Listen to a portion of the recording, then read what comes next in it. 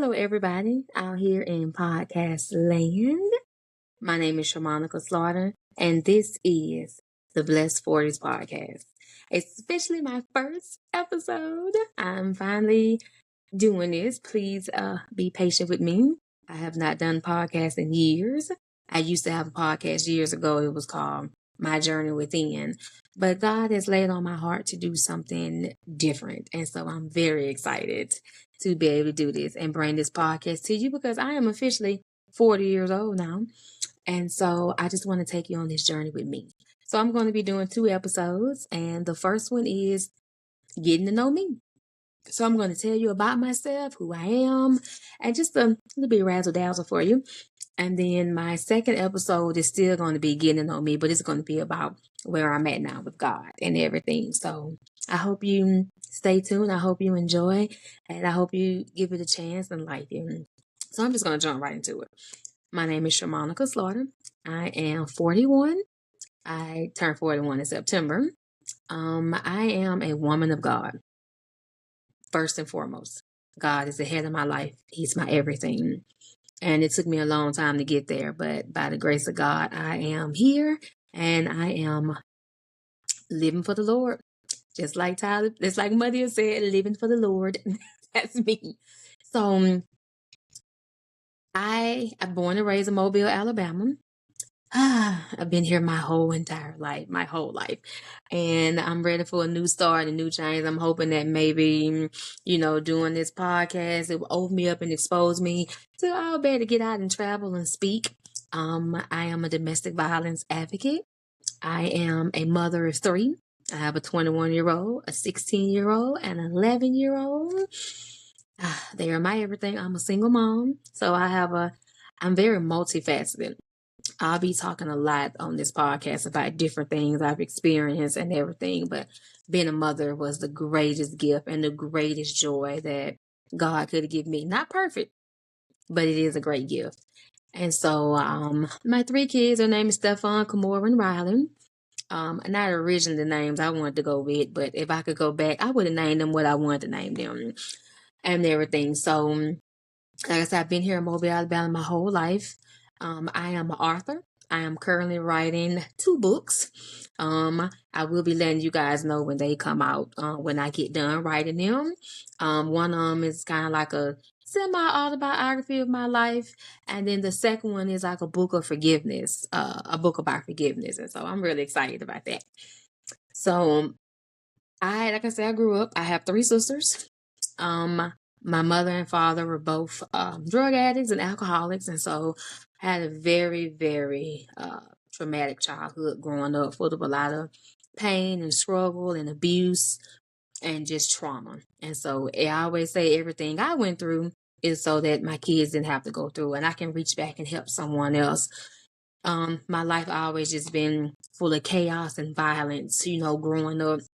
And just not knowing who God was, but he always had his hand on my life. And so I'm very excited. Looking back now, realizing his hand was on me the whole time, I was like, good Lord, thank you very much. We moved around a lot when I was a child, because of my mom's drug use. We stayed going to different domestic violence shelters, this neighborhood, that neighborhood. We just never had any stability or any stuff. And that's what I strive to give my children, a stable life, even though it is just me because their fathers are not in their lives. God has really helped me to give them a stable life, and I'm very grateful for that. I didn't have a lot of security growing up. I struggled with, just abuse, sexual molestation, physical abuse, mental, verbally. I was the darkest of my sisters. And so I kind of was bullied and teased a lot by them. And so it caused me to hate myself and hate the way I look growing up because I was always different. I was smaller, dark skinned, real thick hair. See, I got locks now and everything. But meanwhile, they were light skinned with good hair. So I was always just kind of like the outcast. So I just strived for perfection. I wanted to be perfect. I kept saying if I kept my grades up, I kept my room clean, if I did this and did that, you'll say you'll look at me too. But I was overlooked a lot growing up. And it caused a lot of trauma down the years that, I'm hate that it happened to me, but I'm grateful because I really can relate with someone and empathize, when they had addict parents or when they were abused and all these generational curses and cycles. But I can't wait to get into that right there, just dealing with just learning my family's history and the generational cycles and curses. It is going to be a great episode, guys. So moving on, like I said, we moved around a lot. Moving into my teenage years and everything, I did not finish high school. I dropped out of high school. Actually, I dropped out at 16. And then I went to Job Corps and I met a guy there. And that was my first experience with domestic violence when I was 16 and everything. And so, excuse me. And so after dealing with that, it kind of the cycle of just every man I got involved with, abuse was inevitable. And so I got kicked out of the Job Corps, came back home. I never left the ninth grade. I kept failing. I wasn't a problem child. I just didn't want to go to school. And so I'd rather be in the streets than be at home. And so therefore I ended up just finally getting kicked out of school. And then I went back to another Job Corps where I got everything together. I kind of got my life together then. I got my high school diploma. I got a trade. I met my ex-husband, the first, my son's dad. We met there and just, that's the kind of starter right there. So I went through a very promiscuous phase during my teenage years of just not having my father's love and affection and attention. And so I seek that in me. I wanted him to love me, but he didn't. Because if he was with us, we had no relationship. He didn't talk to us. He didn't do anything with us. And when he was with someone else, he was the world's greatest father. And even now, I haven't seen him in years. We have no type of relationship. And that was just a cycle that I wanted to break. But unfortunately, I end up not breaking it because I don't have a relationship with either my children's father, and they don't really have a relationship with them either. So that was one cycle that is broken now because my children will be married to the people that God has for them, and there's no more baby mama, baby dad. They will be husbands and wives. If that's the will of God for their life. And so I just struggled with body images, body issues, all things like that during my teenage years, well into my adult years. And so God had his hand on me back there then too, because I was out there in the streets bad. I used to jump in and out of cars with anybody.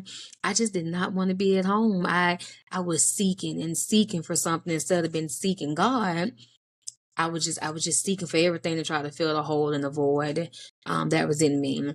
But I just grateful that God had his hand on my life. I'm grateful that I didn't die in my sins.